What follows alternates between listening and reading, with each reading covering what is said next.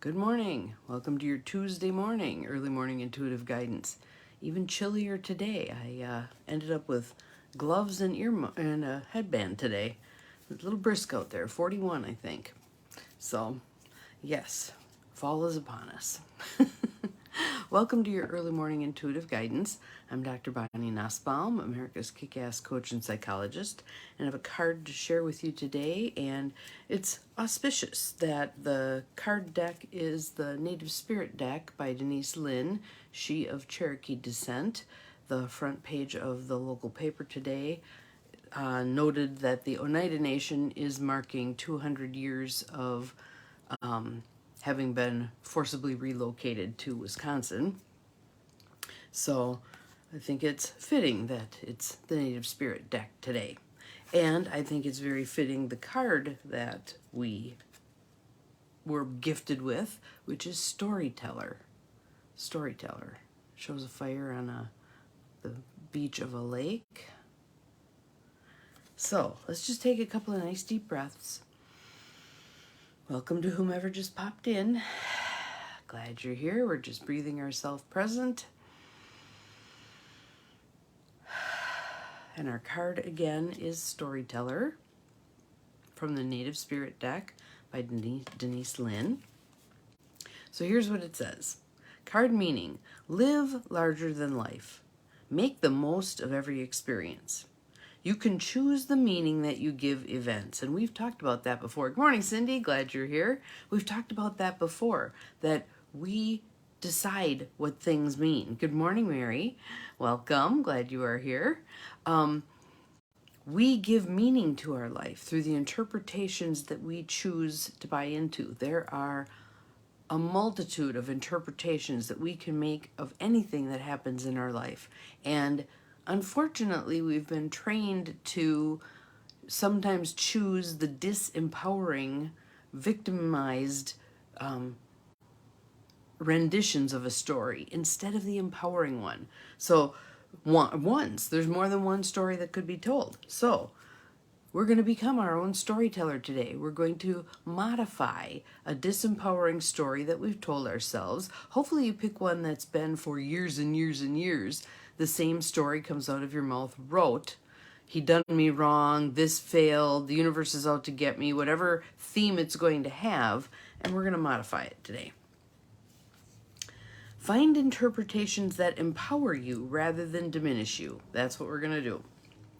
Be the storyteller and the hero of your own life. Give your personal story empowering meanings. So we will do that when we get to the end of the card here.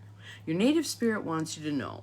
Around the evening campfire, clan members always looked forward to the storyteller recounting events of the daily happenings of the tribe. Even the most mundane event took on a vibrancy in the expert hands of an experienced storyteller. The storyteller card chose you to remind you to be the champion of your own personal myth. We're writing the story anyway. We decide what it means. Be the central character. I love these next two lines. Don't live life according to the needs and expectations of others. That doesn't mean you don't accommodate people, but it means you don't sell yourself out in order to take care of others. Don't be a bit player in your own story. Okay? I don't want you getting the Best Supporting Actress Award for your own life. Be the top dog in your own life. All right? The journey. Take an event in your life that you gave a disempowering meaning and find a way to re-script it so that the interpretation of this same story is one in which you are the hero. So, and some of those words may chime a little funny on your ears like hero, but let's just do this, okay? So I want you to close your eyes. Obviously not if you're driving, but if you're just sitting around being with your first cup of coffee this morning or whatever, I'd like you to close your eyes and take a nice deep belly breath. And I want you to invite the part of yourself that records all of the things that you've experienced in this lifetime and other lifetimes perhaps if you're into reincarnation, etc. But allow that recorder to bring forth a story from your own history that is disempowering in nature, where you felt victimized, where you felt used, abused, shamed, mistreated, not held equal, etc. It might be you didn't get a promotion and that promotion went to a man. It might be that your partner cheated on you. It might be that as a kid you were beaten up by the neighborhood bully. Whatever story it is, I want you to pick a story that has historically been disempowering to you.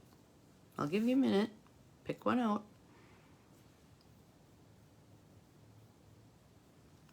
And now I want you to reinterpret that story. And you're going to go, well, how can it be anything other than what it is? Let me explain. What we tell ourselves about that story, oh, it was terrible, horrible, awful, I got beaten up by the bully, matters. So I'm just going to take that one as the example. Let's look at it through a different lens. Let's be the fly on the tree that was watching the bully beating you up in the schoolyard. Fly's observation. What's happening?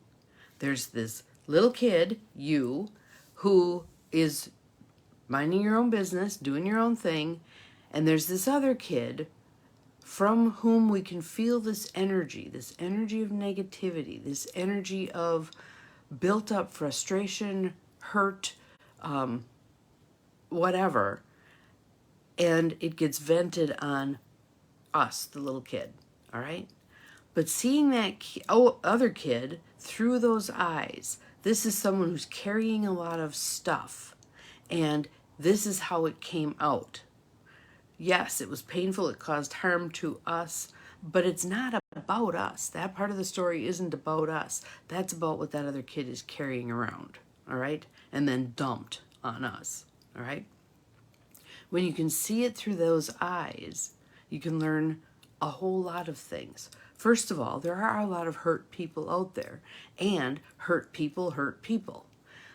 It's not personal. It's not about you. It's not what you did wrong or how you were vulnerable or any of that kind of stuff. That part of the story is about the person who did the hurting and how they are hurting themselves, etc.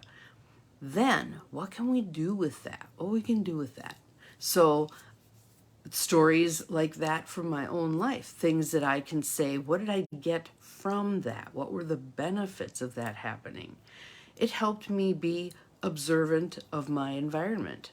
I keep an eye out. I know when there's someone, like today, we were walking the dog, it's dark out there, and someone turned a corner and was coming toward us. I don't know who this person is. I've got a dog who's fritzy. If that person was the least bit threatening, my dog would probably not do nice things. And so to avoid the whole incident, I just turned and went a different way. Had I not been observant, this is one that drives my sister nuts. She's out walking 4 dogs and people come running past her. They don't let her know they're coming. They turn corners right in front of her as she's trying to deal with 4 dogs. They let their dog off leash to come running over to these 4 dogs that they don't even know. All of these things are, again, because she too has a hyper awareness. Good morning, Deb. She can see it coming and she can prevent a lot of things by changing direction.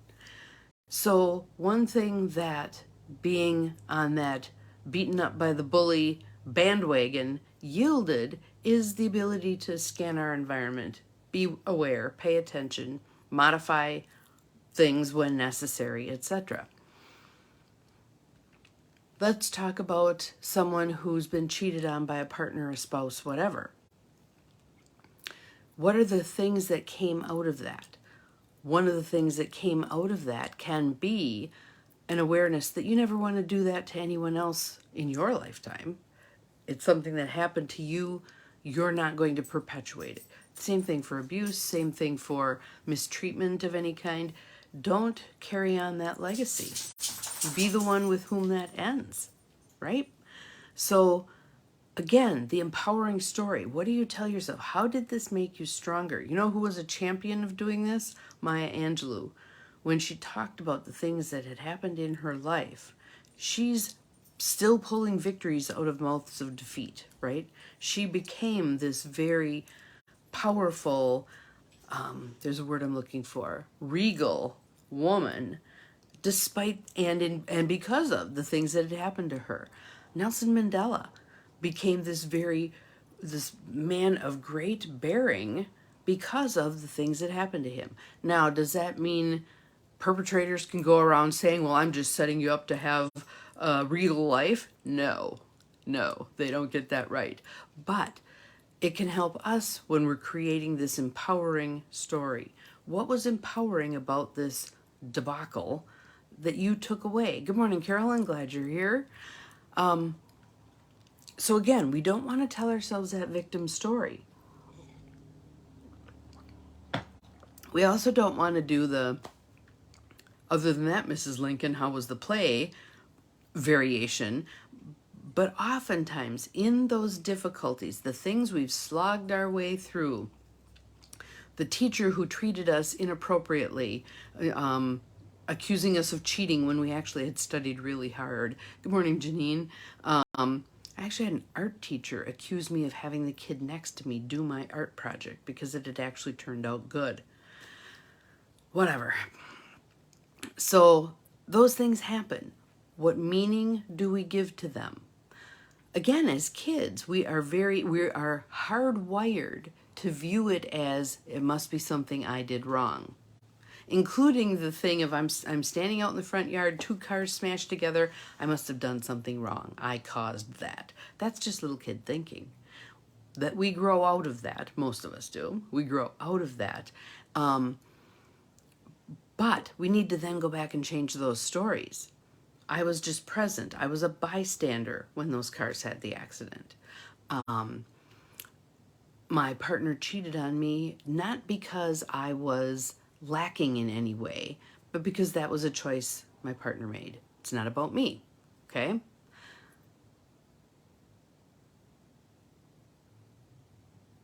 Yes, okay. So Deb's talking about how she can create the empowering stories out of bad experiences, but her self-messaging is still negative.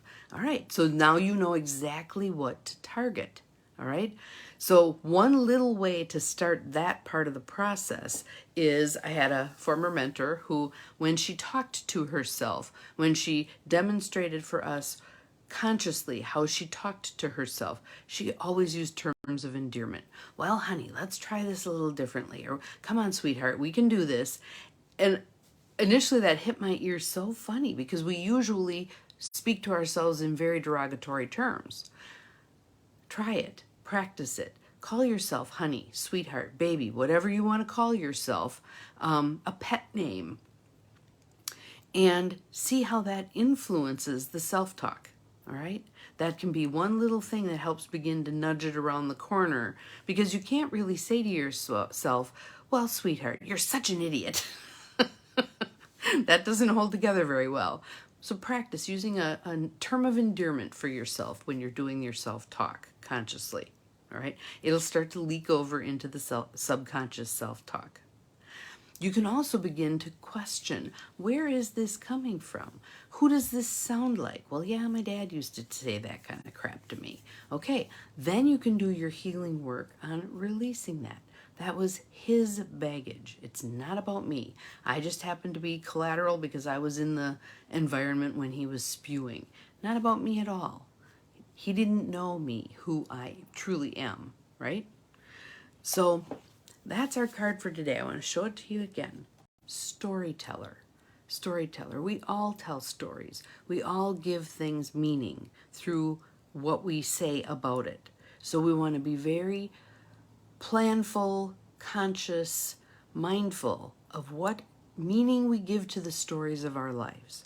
Again, I love that idea of don't be a bit player in your own story. Write your own story. Choose your own story. That's a piece that I think can be very, very powerful. Oh yeah, you call other people sweetie, do that for yourself. Absolutely. Absolutely.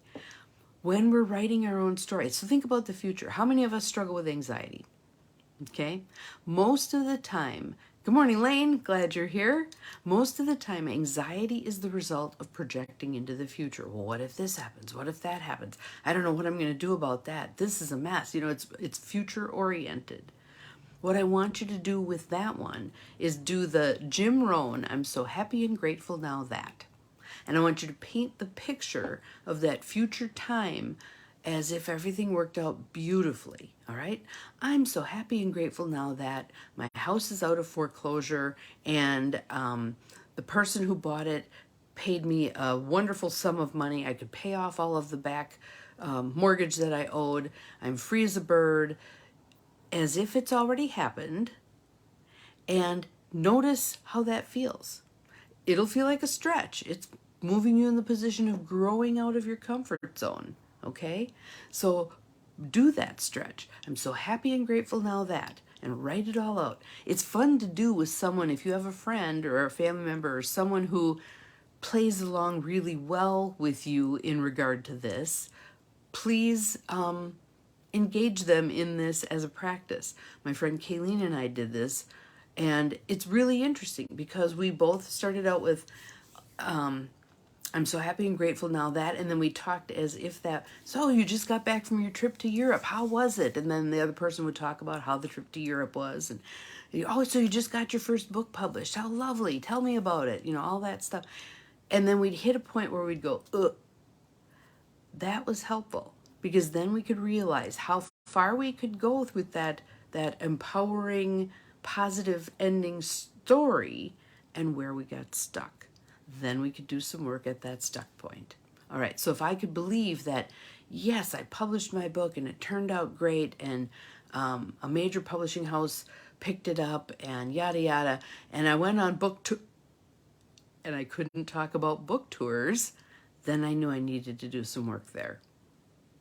I'm making this up, but you get the gist. You get the gist. So your mission for today is to be your own storyteller, to be your own empowering storyteller. I want you consciously taking a couple of times today where you rework a couple of your life stories that are disempowering and make them empowering. Good to do it in your mind, better to do it out loud, best if you even write it down, all right? Have fun with it, enjoy it, notice. I think the big awareness is going to be, wow, I really am the one who decides what all this stuff means. Enjoy your day. We'll see you again tomorrow. Remember, you're capable of far more than you think you are. Bye-bye.